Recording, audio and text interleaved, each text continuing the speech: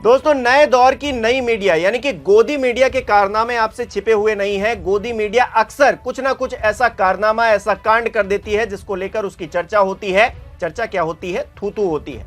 इस बार अखिलेश यादव, जो कि समाजवादी पार्टी के मुखिया हैं, उत्तर प्रदेश के पूर्व मुख्यमंत्री रह चुके हैं, वो गोदी मीडिया पर आग बबूला हो गए हैं। आखिरकार मामला क्या है? उन्होंने सोशल मीडिया पोस्ट के जरिए किन बातों का जिक्र किया है और उनके साथ आखिरकार ऐसा क्या हो गया है जिसको लेकर वो इतने नाराज हैं? सब कुछ इसी वीडियो में आपको बताऊंगा। नमस्कार, मेरा नाम हिमांशु मिश्रा है। आप देख रहे हैं 4PM न्यूज नेटवर्क। दोस्तों, अखिलेश यादव ने क्या कहा है सोशल मीडिया पोस्ट के जरिए? सबसे पहले उनकी वो पोस्ट देखिए। अखिलेश यादव पोस्ट में लिख रहे हैं, प्रिय दर्शकों एवं पाठकों, दरअसल वही मीडिया और पत्रकारिता लोकतांत्रिक होती है जो लोक या जनता की आवाज नीचे से ऊपर तक पहुंचाती है। ऐसी स्वतंत्र पत्रकारिता का सत्ता से जिसका दाना उसका गाना वाला संबंध नहीं होता है। ऐसा जर्नलिस्ट सत्ता से सवाल भी पूछता है और जन जन की समस्या और उपेक्षा के लिए जनता की गुहार पुकार का मंच भी बनता है और जन आकांक्षाओं की पूर्ति न होने पर सरकार की आलोचना भी। अंततः ऐसी बेबाक पत्रकारिता को ही दर्शक सराहता है जिसमें साधन संसाधन की भले ही कमी होती है लेकिन सत्य और विश्वसनीयता की नहीं। कुछ मेन स्ट्रीम मीडिया चैनल में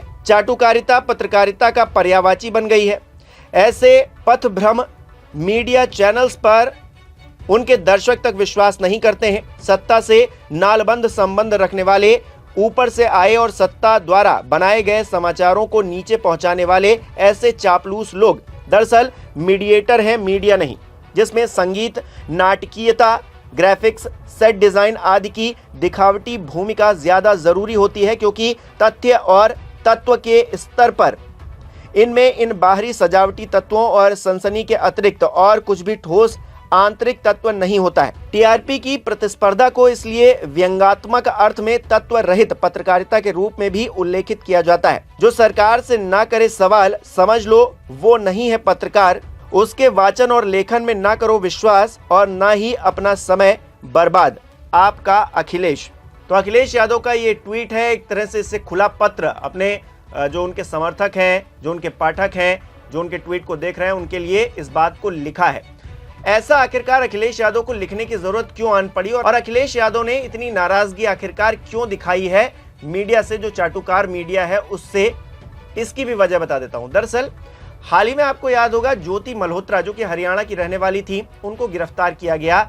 उन पर यह आरोप था कि वो पाकिस्तान के लिए जासूसी कर रही थी और भारत में रहकर वो, क्योंकि ब्लॉगर थी, वो व्लॉग बनाती थी, वीडियोस बनाती थी यूट्यूब के लिए, तो वो कुछ ऐसी इंफॉर्मेशन भी शेयर कर रही थी पाकिस्तानी जासूसों से जो कि भारत के लिए खतरा थी। आपको याद होगा, हाल ही में भारतीय सेना ने ऑपरेशन सिंदूर चलाया। उस दौरान भी वो आईएसआई के जो एजेंट थे, जो भारत के दुश्मन थे, उनके संपर्क में थी। तो ज्योति मल्होत्रा का नाम अखिलेश यादव के साथ में जोड़ने की कोशिश की गई।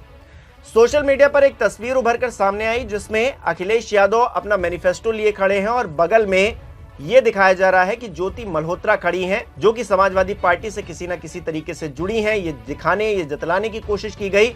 उन्होंने लाल टोपी भी पहन रखी थी।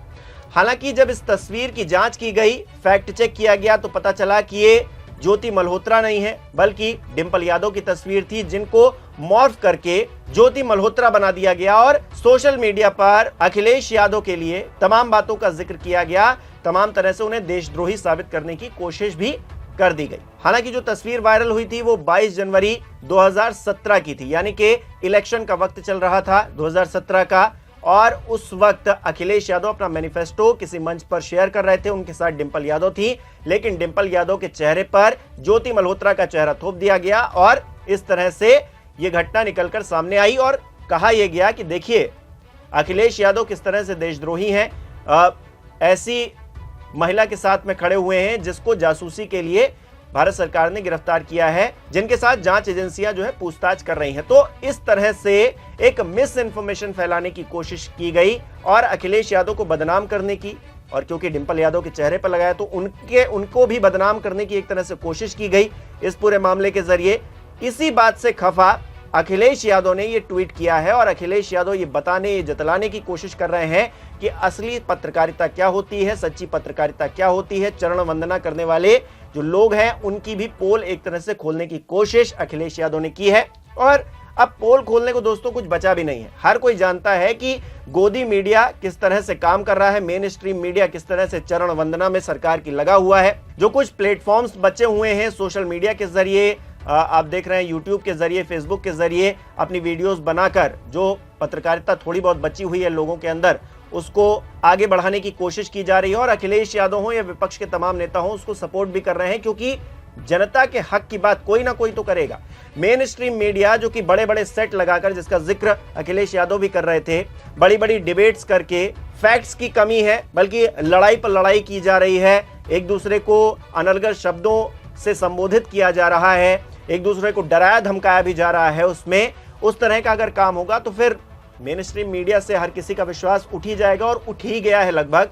और जिस तरह से एक्सपोज इस दौर में जो मेन स्ट्रीम मीडिया है वो हुई है, गोदी मीडिया हुई है, उसको देखकर हर कोई शिफ्ट हो गया है उस मीडिया पर जिसके पास संसाधनों की भले कमी है, लेकिन बात वो खरी खरी करते हैं, सरकार से सवाल पूछते हैं।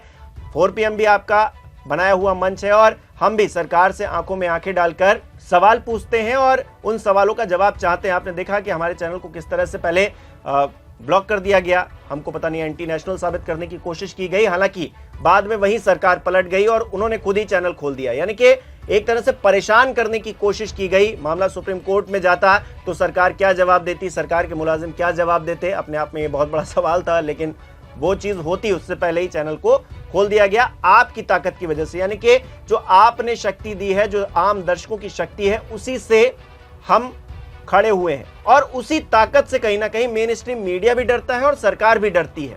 और इस तरह की जो हरकत की गई है, गोदी मीडिया को जो क्रिटिसाइज किया है अखिलेश यादव ने, ये पहली बार नहीं किया गया है और किसी नेता के द्वारा भी पहली बार नहीं किया गया है। इससे पहले तमाम लोग क्रिटिसाइज कर चुके हैं किस तरह से गोदी मीडिया काम करता है, किस तरह से गोदी मीडिया अपने एजेंडे थोपने की कोशिश करता है। और इस बीच जो सोशल मीडिया है उसका भी बहुत बड़ा रोल है, उस पर किस तरह से मिस इन्फॉर्मेशन फैलाई जाती है। और ऐसा नहीं है कि ये मिस इन्फॉर्मेशन किसी तीसरे व्यक्ति द्वारा फैलाई जा रही है, जो ऑफिशियल अकाउंट्स है उनसे भी कई बार इस तरह की मिस इन्फॉर्मेशन फैलाई जाती है, जिससे जो विरोधी सियासी तौर पर लोग हैं वो बदनाम हो, उनकी छवि धूमिल हो। तो इस तरह का काम किया जाता है। और देखिए ये जो फोटो निकलकर सामने आई थी, जिसमें अखिलेश यादव के साथ ज्योति मल्होत्रा को दिखाने की कोशिश की गई, बल्कि वहां पर उनकी पत्नी डिंपल यादव मौजूद थी, उनको मॉफ किया गया और ज्योति मल्होत्रा को वहां पर खड़ा कर दिया गया। तो मेरा ये कहना है कि किसी भी इंफॉर्मेशन को आप आंख मूंद कर उस पर विश्वास मत करिए, उसको जांचिए परखिए, तभी उस पर विश्वास करिए। और खासकर तब जब आप शेयर कर रहे हैं, उस पोस्ट को देख रहे हैं तो आप तक ही सीमित है, लेकिन अगर आप शेयर कर रहे हैं तो आप किसी अपने को शेयर कर रहे होंगे, वो आपकी बात को सच मान लेगा तो और आगे शेयर करेगा, यानी कि वो जो मिस इन्फॉर्मेशन है वो और ब्रॉड लेवल पर फैल जाएगी। इससे बचने के लिए सबसे अच्छा तरीका यही है कि आप उस इंफॉर्मेशन को चेक कर लें, तमाम सोर्सेस पे चेक कर लें, और उसके बाद ही उसको अगर शेयर करना है तो करें। अगर आपको लग रहा है कि ये पोस्ट शेयर करने वाली नहीं है, इससे कोई खतरा हो सकता है, समाज में कोई वैमनस्यता पैदा हो सकती है, तो वो पोस्ट शेयर ना भी करें, मेरा तो यहां तक कहना है। लेकिन जिस तरह से गोदी मीडिया एक्सपोज हुआ है, अखिलेश यादव एक बार फिर से आग बबूला हो गए हैं उनके ऊपर। इस पोस्ट को लेकर आपका क्या कहना है, हमें कमेंट करके जरूर बताइए। बहुत बहुत धन्यवाद।